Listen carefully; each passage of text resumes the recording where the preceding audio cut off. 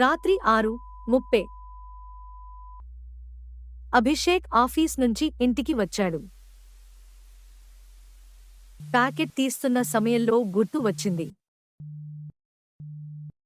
Phone కనిపించడం లేదు.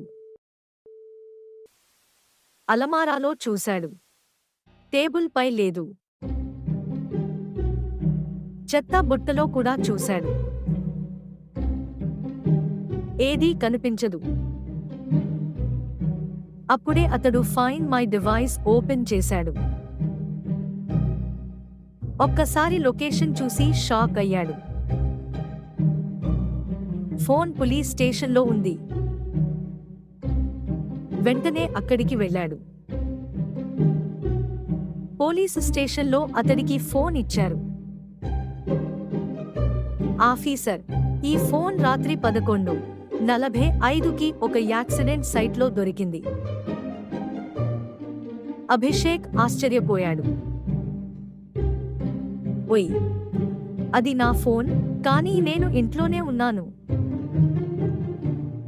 పోలీసులు చూశారు.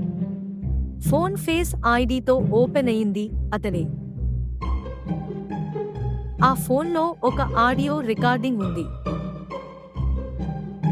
నువ్వు నన్ను మోసం చేశావు. నిన్ను వదలను. అభిషేక్ వణికిపోయాడు. ఆపై పోలీస్ ఫైల్ ఓపెన్ చేశారు. మిస్సింగ్ పర్సన్ రిపోర్ట్ పేరు అభిషేక్. ఆఫీసర్, ఈ ఫోన్ ముందు ఎవరిదో తెలుసా? అభిషేక్ మౌనం. ఆ ఫోన్లో చివరి సెల్ఫీ.